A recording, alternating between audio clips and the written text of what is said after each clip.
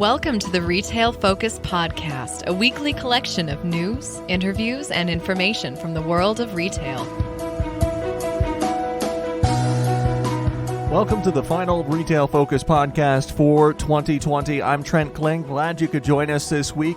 Our interview guest is Sajag Agarwal. He is the founder of Movley, and Movley is a firm that deals primarily in inspections with Chinese manufactured products, and he's actually going to talk about something that we've never addressed on the podcast before, the process behind inspections in China, where that process currently sits, what the status quo is, and where he would like to see the status quo move to as we head further into the next decade. This is a topic that oftentimes flies under the radar for a lot of retailers, but is it ever important? So happy to have Sajag on the show to discuss that topic and much more. I guarantee you the topic goes deeper than you ever imagined in terms of those inspections for Chinese manufactured products. We'll also look ahead to small to mid-size market sales as it pertains to retail. But our lead story, early numbers from Mastercard that indicate a middle-of-the-road jump in holiday season spending. A reminder that you can like us and rate us. However you access us, if you enjoy the show, please give us a rating. It helps others to find the Retail Focus podcast and check out our weekly supply of interviews that we bring you. Additionally, you can check us out on Twitter and Instagram at Retail Podcast. This upcoming week, actually the next couple of weeks, we'll be tweeting out some of our favorite interviews, certainly from the year 2020. I know it was a difficult year for many, certainly a tumultuous year as it pertained to retail, but we talked to a lot of incredibly intelligent people about different facets of retail. So if you're new to the podcast, if you're new to the show, you can check us out on Twitter and Instagram, and we're going to be tweeting out about some of our favorite interviews that you might have missed from the year 2020. So let's dive into this story. This news came literally just minutes prior to us recording this podcast. And again, these numbers are from Mastercard. Mastercard usually the first numbers to come out regarding holiday season spending. To preface, we've seen predictions for an increase in holiday season spending be anywhere from around 1.5% to 5% on average. Mastercard's numbers came in right in the middle, about a 3% increase year over year. Now, some caveats here regarding the numbers.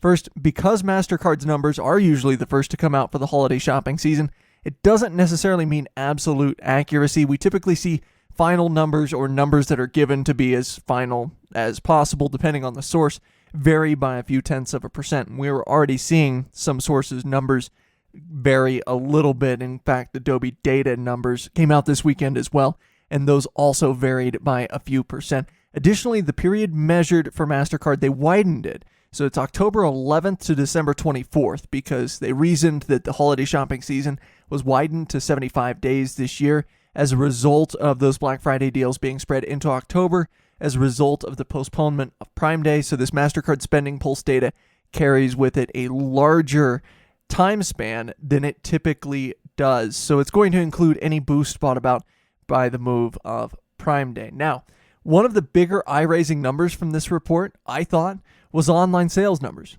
although not in the way most expected. Now, granted, the headlines, if you read them out there, it will say that online sales helped to drive this 3% overall retail increase, and they did. That's not untrue, but online sales rose year over year 49%. So that's not saying online sales were 49% of all sales, but it was an increase of 49% from online sales in 2019. This is nothing to scoff at, certainly. This is a massive increase for online sales, but this also indicates a lesser increase than what we had generally seen from a lot of general merchandise retailers out there like Target and Walmart. We've even talked about Costco seeing triple-digit increases or near triple-digit increases in terms of e-commerce sales.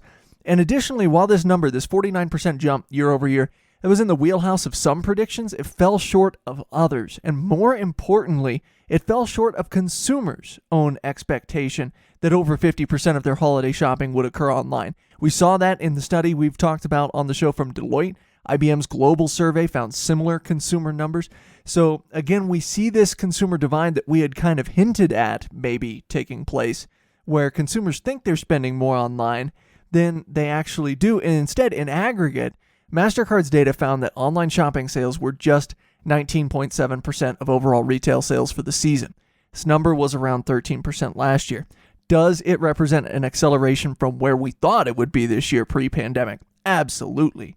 If you look at it through that lens, e-commerce sales have absolutely jumped year over year, but this number is dramatically below nearly every prediction that was out there. And we wouldn't be surprised if numbers actually from other agencies show an increase in e-commerce penetration as we start to get more finalized numbers in and as we start to get further from the holiday season. But that's just an interesting thing to keep in mind, is that we really didn't see the e-commerce jump to over 20% of overall retail sales for the holiday season. And this is including the movement of Prime Day into October. So I found that very interesting, and honestly, it took me by surprise. Typically, we're not the bullish sort in terms of e-commerce numbers absolutely exploding year over year, but we saw analysts throwing out 30 to 40% of overall retail sales, and here just 19.7%. So maybe people were sheepish about shipping.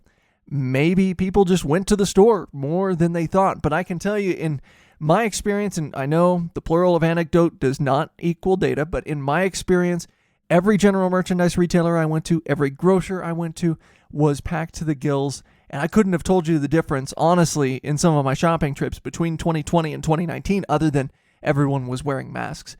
I went to some Target stores that appeared busier than last year. I went to a Dollar General store 3 days before Christmas, and it was more packed than I've ever seen a Dollar General store in that time of year before. So just some certain things to keep in mind regarding this backdrop, regarding the holiday season of 2020. And additionally, for all this hype surrounding Prime Day and the spread of Black Friday deals throughout October and November, Black Friday at the end of the day was still the top spending 24 hours of the surveyed period, according to Mastercard. So Black Friday might not be the top of the heap by as much anymore, but it is still the top shopping day of this holiday season, even when you take Prime Day and all those Prime Day deals from other retailers, not just Amazon, into account. Now, some other interesting numbers from the report, and again, this is all via Mastercard SpendingPulse data. Department stores fell 10.2% overall year over year. Apparel store sales were down 19.1% year over year. Those kind of came in where we would have assumed they came in. E-commerce and curbside for both of those categories saw a modest increase. For example, for department stores, sales touching the digital channel were up year over year 3%. Not a huge jump in aggregate when you look at just how much in terms of digital sales some of the other retailers out there are doing. Luxury took a hit, down 21% according to this data. And again, this kind of figures given the pandemic conditions. Studies noting higher than average savings rates for affluent households makes sense that maybe luxury spending might be down. Now, furniture sales rose 16.2%. Home improvement sales continued to be strong at a 14.1% year-over-year increase. You're going to be tired of Leighton and I saying it, but more of that nesting effect certainly coming into play. Now, aside from this Mastercard SpendingPulse data, we did get data from other analytics firms, Adobe Analytics among them. They pointed to a lower than expected bump for e-commerce sales from November 1st to December 22nd. So a thinner period surveyed there, but their data indicated a 32.4% increase year over year. So when you take out that Prime Day data from October, not looking quite as good, in fact, for e-commerce. And again, a climate where a lot of analysts, a lot of analytic firms, a lot of consumers thought that spending was going to increase in the e-commerce channel over 50%. Consumers themselves, in certain cases, thought that their spend would actually be over 50% in terms of e-commerce. But at the same time, Sensormatic Solutions data, according to payments.com, indicated that 31.3% fewer people visited retailers during the holiday season versus last. So these are just raw traffic numbers.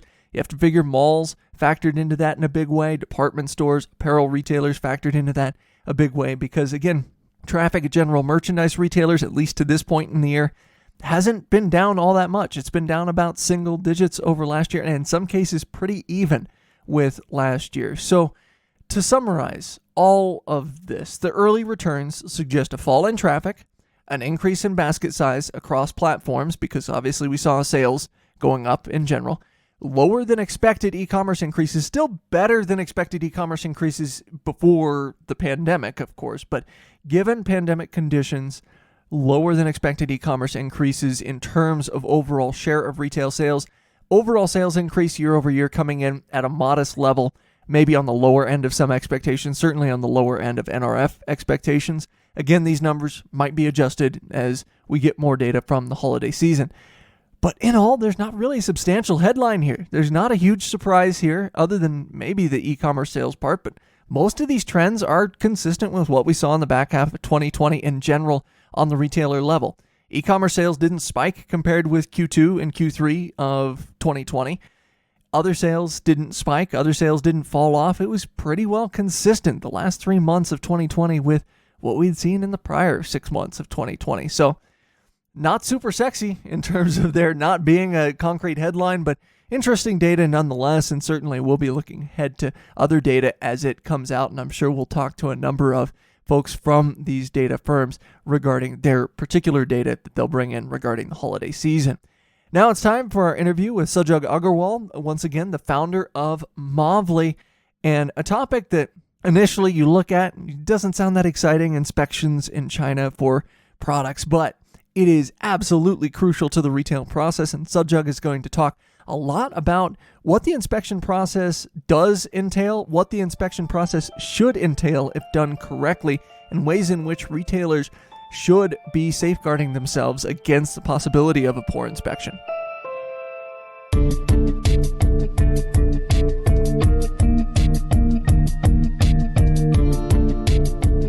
It seems like a century ago, but it wasn't that far back that retailers were wringing their hands over trade issues with China. Management of retailers were constantly asked on earnings calls about their exposure to China, and as it turns out, most retailers do source a significant number of products from China. Now, although those who aren't directly involved with the product sourcing process don't consider this on a day-to-day basis, there are a lot of steps involved in creating and then bringing an item from China to North America. Chief among these steps is the inspection process. Now, what does this process entail? How can the process be improved? And moreover, what are the ramifications of an ineffective inspection? Here to answer those questions and more is Sajag Agarwal, the founder of Movley. Movley assists in brand manufacture of products in China by utilizing on-the-ground quality control inspections. The products they inspect, by the way, end up anywhere from shelves at Walmart to small e-commerce startups. Sajag, welcome. Thanks so much for having me on, Trent. I was wondering if you could tell us a little bit about what pushed you to start Movley in the first place and detail kind of what Movley does on the day-to-day. Yeah, definitely. So actually before Movley, I used to run my own direct-to-consumer brand. And we dealt in everything from electronics all the way down to more simple cell phone accessories, so cases, things like that. We sold in brick and mortar. We also sold mainly on Amazon. And what ended up happening is we ended up seeing a lot of quality control problems. We were seeing 5 to 10% defect rates, dead on arrival or broken units. And we were seeing 100% failure rates in some of our SKUs after a few months of use. And this was all despite getting past inspections on all of our orders and with some of our competitors. So what ended up happening is I actually moved to China and I lived in Shenzhen for about 6 months. This was back in 2017. And I was kind of doing my own inspections, watching my own inspectors. I even hired my own in-house team. And they actually started taking bribes from the factory. So it was just a complete mess. And we ended up still having bad quality control problems. So after that, I actually went ahead and founded Movley because I talked to a lot of brick and mortar, a lot of e-commerce sellers and asked them, hey, do you trust your inspections company? And every single person I spoke to told me, no, we don't trust our inspections company, but it's better than doing nothing. And I was just shocked. I was like, we're at the time, it was like 2018. We have Elon Musk just starting to talk about Neuralink. We have AI coming out, and we can't make sure that, inspections are done properly in another country. Just sounded ridiculous to me. So that's when I founded Movley. And at Movley, what we do is we do quality control inspections on the ground, and we do them a little bit differently. So we really try to humanize the process. We look at it on a relationship model from the inspection process to working with the inspectors all the way down to the factories. And we also are building a tech platform out for inspection. So I always like to say we're not perfect, just like any other inspection company, we have our flaws. But with our new processes, with the tech we have in place right now, we're about 2 to 3 times more effective than the next best competitor. And we're working to get to a 10x level with building out our tech platform, getting body camera footage and real-time data insights to be able to do inspections a lot more effectively and efficiently. So you kind of mentioned it there, but from the retail perspective, you were seeing things like bribes, you were seeing, all kinds of crazy stuff eventually pass QC, get to your retail shelves, and then it was essentially needing to be returned by the customers, or something happened to it. And as you mentioned, 5 to 10% dead on arrival. So all that being said, we could talk about intricacies of this process all day, but at a high level, what's the inspection process currently like in China? What's the current state of inspections outside of Movley there? Yeah, that's a great question. So the current state of inspections, it's pretty much systematically built to pass your products. So most inspection companies do not actually test your products. They just visually look at your products. So if you go on some of the most popular inspection services, the ones that are sponsored by, your big companies, what ends up happening is you'll notice is that they advertise, look at product conformity for maybe 1 to 10 units. They'll visually inspect maybe 200-300 units. But product conformity might be 10 units. Function tests might be 1 to 3 units. And when you're doing like an inspection, say you have like electronics product and you want to plug in the product, like you have a lamp, you want to make sure it works. If you're only testing 1 to 3 units, you can have like a 40% defect rate, and you have a pretty high chance of not catching any defects at all in that inspection, just because the sampling is not done properly. So there's a lot of flaws when it comes to the sampling process we've seen, and when it comes to the overall process for the inspection. So like most inspection companies right now, we've noticed, are either giving their inspectors too little time, having enough accountability, or they're not doing the process correctly, where the inspection is just coming out as passed or it's being done ineffectively. It's almost like a placebo. So that being said, obviously there are a lot of inspections that either fall short of making sure a product works or making sure a shipment will work. What are some ramifications when an inspection just doesn't pass muster in and of itself, in the case of maybe a retailer or a seller receiving a bad order? Yeah, that's a really good question. So returns is the biggest thing. So right off the bat, you have a huge return percentage. So if you're selling on Amazon e-commerce and you're doing, direct merchant fulfillment or something like that, it can hit your account and you can have a lot of returns and negative reviews, which can, sink all sales moving forwards. And warranty claims is also a really big problem. So with my previous brand, we had a lot of issues with warranty claims. So some of our products, we gave warranties of 1 to 2 years to match our competitors, and sometimes a little bit more. And when we started having quality control problems, we were on the hook to replace those products to make sure that they were functioning. Because essentially at the end of the day, if the product stops working in the warranty period, it's generally a manufacturing defect. So it can really affect the bottom line and really rack up a lot of expenses. And what's really terrible about that is they're unexpected. So you're not going to find quality control problems like in the first month. A lot of times they're going to show up on the 3rd month or the 4th month after they get sold, at least with warranty claims. And that can create a lot of issues planning out budgets and affecting the bottom line down the line. Now, I'm kind of curious, given this, and given that the fact that the system is set up ultimately to pass these products through rather than fail them, let's say an inspection takes place and that there is a failed inspection. What happens next? What are the ramifications then for the supplier, or how do you go about breaking that relationship if you need to? That's a really good question. So when it comes down to working with the supplier, what I always like to say is work with the suppliers like they're your partner. After all, a lot of people look at suppliers in China very transactionally, like, hey, I'm giving you money, I'm expecting a product back. But in reality, they're more so partners in your business. And you want to give them a holistic overview of what's going on in your business so they kind of understand your perspective and what issues you're dealing with. So if you have a good relationship with your factory, you can always talk with them, kind of give them the more holistic perspective. I always like to say, try to extend an olive branch. So if it's like a big problem and there's a lot of units defective, maybe offer to split the cost of repair 50-50 or something like that to actually fix those problems. But generally work with your factory, fix the problems. And if the factory is being uncooperative, they're not letting you do thorough inspections, they're not letting you see your products essentially, before you actually get them shipped and purchased, and they're just not working with you, at that time, it might be worthwhile to break the relationship.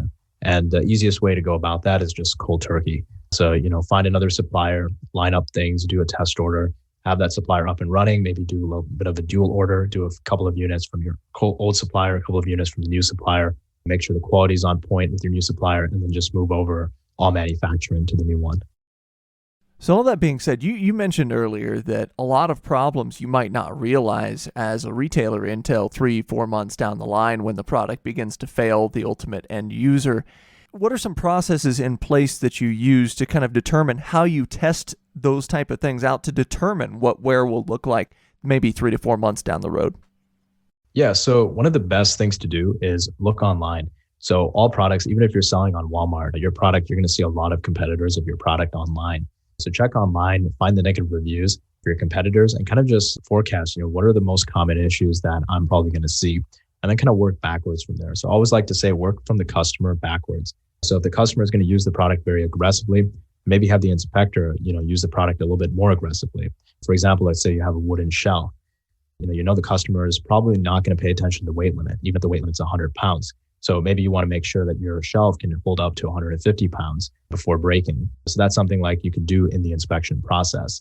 Another way to really come up with high quality, effective tests is talk to suppliers and do that in the sales process. So when you're sourcing with 10 different manufacturers and you're talking to them and they're telling you they want to make sure that you work with their factory and they're going to do the best they can to sell you on their factory. And one of the best questions to ask is, what are your quality control procedures? What are your quality control tests that you do during the production process on these units? And understand what machinery they have to test quality and understand what tests they do. And when you talk to 15 different suppliers, you're going to get a lot of different perspectives and you're going to get a lot of different angles on a lot of different tests. And that's a great source of information to aggregate and then put together in an inspection specification. Now, you mentioned it can be up to that inspector to make sure, if something's going to be used in a little bit of a rough manner, to make sure they test that product out in the same manner. But we talked earlier about a lot of inspectors oftentimes being overworked, or they're doing 3 to 4 inspections per day, and they might not have the time it takes necessary, at least as it stands currently, that current state macro level of inspections in China. Where does the inspection process need to be as far as making sure that the inspectors have the time and the tools necessary to do their jobs? Yeah, so when it comes to time calculations, most inspection companies should be calculating out how much time the inspection takes down to the test. So if you're doing 5 or 10 wear or tear tests on each unit, that's going to take a lot more time than if you're just visually inspecting the product. So for example, like this is what we do at Movley, and this is what all inspection companies should be doing. It's kind of just common sense for us. Is, we should be looking at the amount of time every test takes during an inspection process, and then make sure the inspector has time based on industry averages, factoring in how many units we're visually inspecting, how many units are being tested, how many units are being opened, etc. And one of the things that is really effective is that, the times can improve with every product because every product is widely different. So like one of the things that we practice, for example, is having a bill on maximum time guarantee.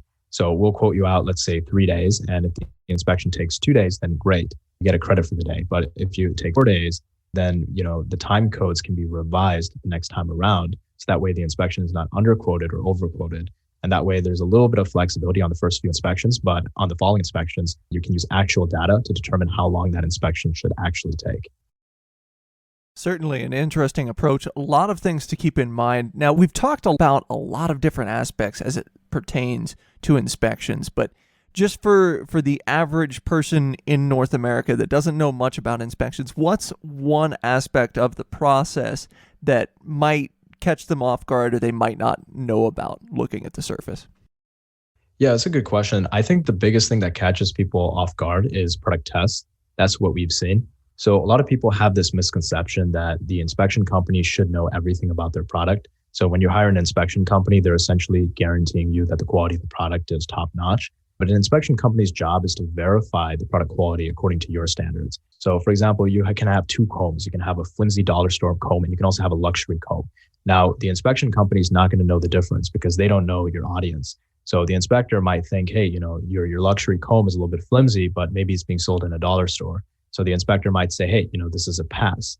But for you, it may not be a pass because it's being sold for maybe $20 for 1 comb. So the inspection company's job is to verify that the specifications are, done properly and the product quality is good, but their job is not to guarantee your quality. Understand the quality control processes of your product, and then making sure the inspection company is armed with that information and they know exactly what is allowed and what's acceptable and what's not acceptable to be able to do that inspection thoroughly and properly.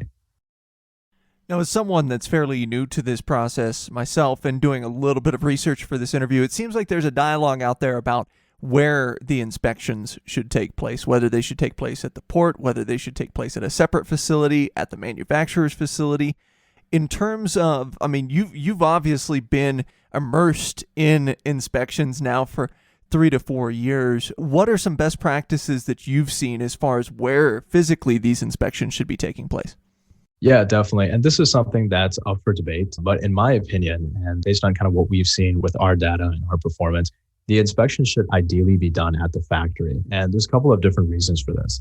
First of all, once you've shipped it over to like a warehouse or a port, generally you've lost your leverage with payment. You've already sent the final payment for the order.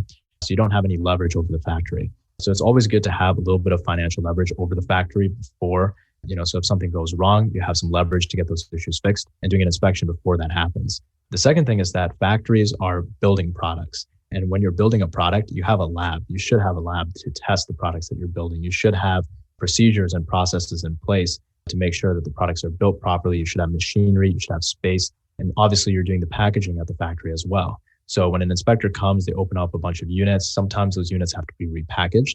If you're at a port, you're not going to have the right repackaging machines. There's also not going to be a lot of room to do an inspection. That's when the factory becomes super, super useful.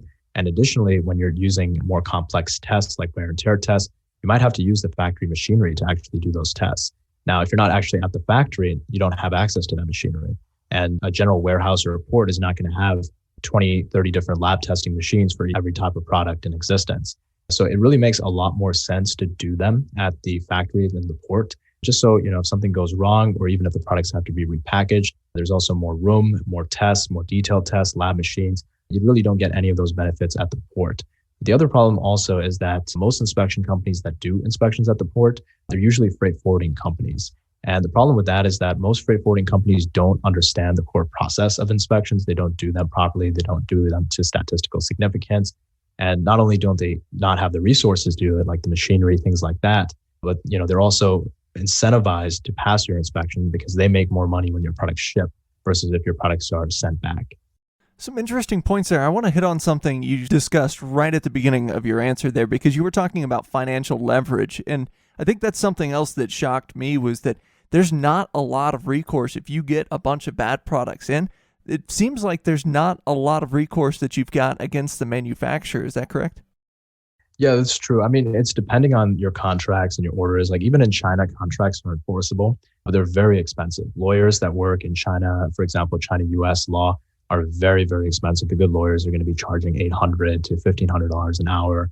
And just putting together very effective contracts can cost, tens of grand for, any given order.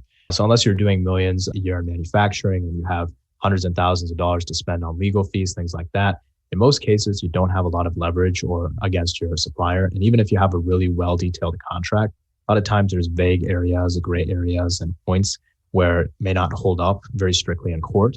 So it just becomes very, very difficult. So for the average, manufacturer, the average brand, they don't want to deal with legal issues. They just want to get the products out to the market and do that as quickly and as effectively as possible. That's kind of the situation when it comes to legality and manufacturing in China. How often should these inspections be done? Or from your perspective and from your data, how often should this be happening? Yeah, so when it comes to inspection frequency, inspections should be done at least at the end of production, like a pre-shipment inspection on every single order. And the reason for that is that, if there's a quality control problem, we've spoken with clients who have come to us on the first order with defective units. We've had clients come to us on the second, the fifth, the 10th order with defective products. And we've even had clients call us after working with the supplier for 2-3 years, and then all of a sudden having quality control problems 2 or 3 years into the arrangement. And when you have one bad order, we actually did a calculation. And I'm sure everybody listening to this podcast is manufacturing at a level much, much higher than this. So it's even more of a gravitational issue for them. But if you have, even a $3,000 order, that's enough to pay for about 10 inspections directly. And once you take into account returns and warranty claims from about $3,000 of defective goods, that's enough to pay for your inspections for 7 years if you do them quarterly. So when that one bad order hits, whether it's the first order or the 20th order, that one bad order is enough to pay for all your inspections for decades, especially on the larger orders, if not centuries. So that's where it really becomes very impactful to do that inspection on every single order, because it helps you verify that, hey, the quality is correct, the quality is good. So you don't have the issues once you've already spent the money and once your customers are finding those problems. Now, I wanted to wrap up with this because at the very beginning of the interview, you talked about certain things that you were hoping to implement, certainly with Movley here in the next couple of years. What is the landscape of inspections going to look like, or what do you hope it looks like in 2022 in terms of maybe some new technologies or new techniques being used? That's a really good question. I'm really hoping to see inspections take a more holistic approach. For example, it's an iterative process. So inspections are not going to always be great at the get-go. They get better with every order. So as you find new defects, you find new problems, you can recycle that customer feedback back into the inspection process to do more effective inspections. So what I'm hoping to see in about a year or two when it comes to inspections is that we have a strong digitization of the entire process and more data analytics to be able to see the effects of inspections on product quality. Are we seeing less returns? Are we seeing more returns? Do they correlate to more issues with a certain inspection that we've done in the past? Things like that. And being able to track that on a very specific data level to be able to actually see, okay, hey, this is exactly what's happening in my supply chain when it comes to quality control. And, maybe this visual defect here, like loose threads, correlates more to negative reviews for the product falling apart after 3 months of use. To be able to see those distinctions and those connections, and then be able to aggregate that data on an industry level. So that way, any seller or any manufacturer, even if you're not, a apparel king, for example, you can get those level of insights, as if you're manufacturing apparel for decades through that tech platform and aggregating all that data. Some really great insight about a field that we honestly haven't discussed a lot about, and hopefully our listeners found this conversation informative. I know I sure did, and I enjoyed a lot about learning about the inspection process. Once again, Sajag, thank you for joining us today on the podcast. Thanks so much, Trent, for having me on. I hope everybody listening found this very useful. As always, we may have a position in or against companies we discuss on the podcast. Do not invest in stocks solely on the input of the podcast hosts.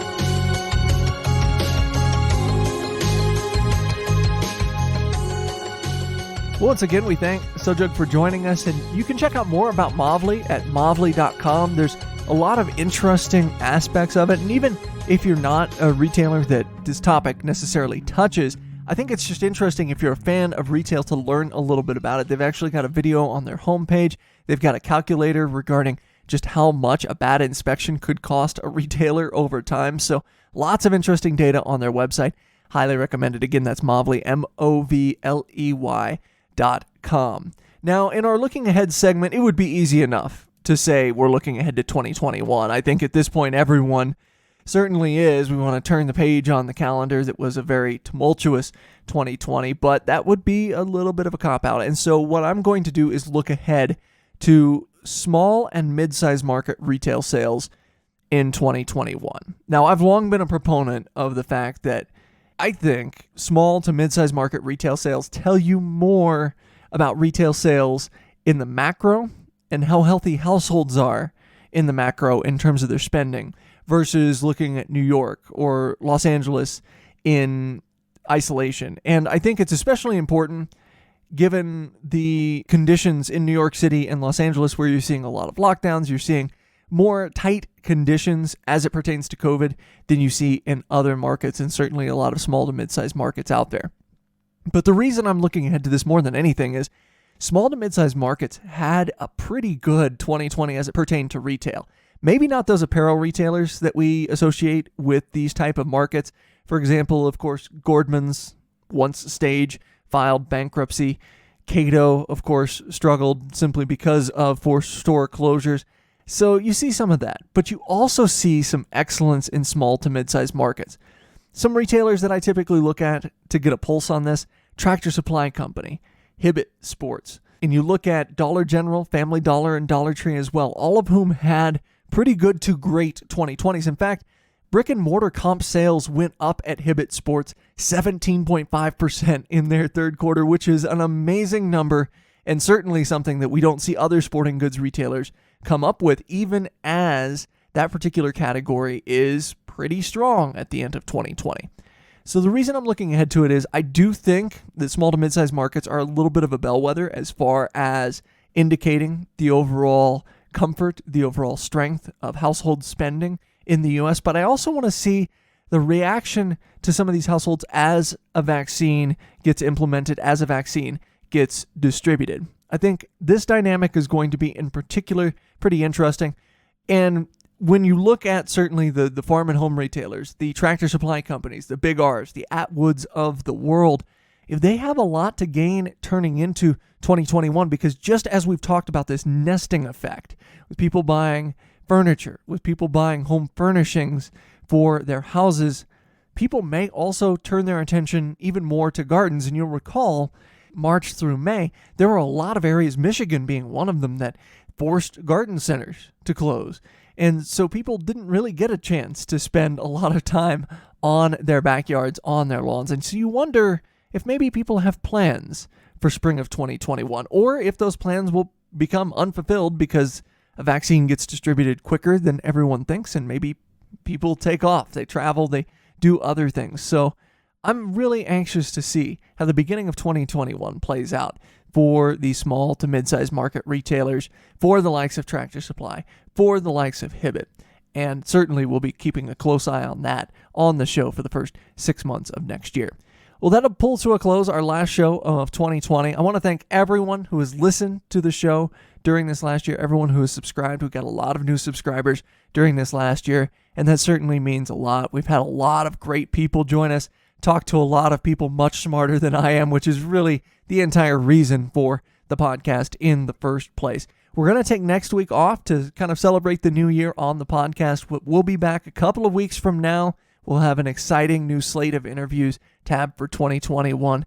Very intrigued about some of the interviews we've got lined up for you. So excited about that. But like I said, we'll be over the next couple of weeks tweeting about some of our favorite interviews from 2020. And we certainly hope that if you're new to the show, that you check some of those out. For Leighton Behind the Scenes, I'm Trent saying so long until 2 weeks from now. This has been the Retail Focus Podcast. For more, visit our website at retailfocuspodcast.com and subscribe on iTunes or Stitcher. Follow us on Twitter at Retail Podcast.